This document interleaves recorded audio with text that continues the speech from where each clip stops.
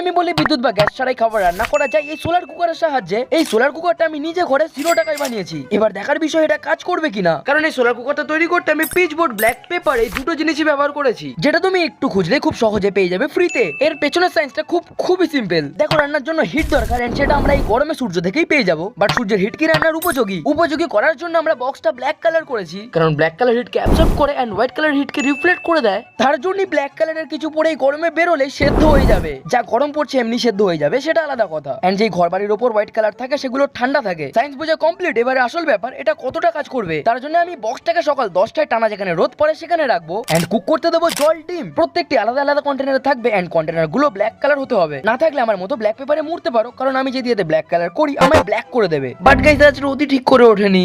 আজ নেক্সট দিন বক্স রাখার ডান। ওকে, এটা আমি ঠিক দুপুর 1টায় চেক করবো, মানে 3 ঘন্টা পর। 1টা বেজে গেছে এন্ড আমি যে চেক করলাম গাইস, জলটা হালকা একদম গরম হয়েছে, যেটা রোদে থাকলে হয়ে যাবে। এন্ড ডিমটা কিছু হয়নি, আমি গরমে সেদ্ধ হয়ে গেছি।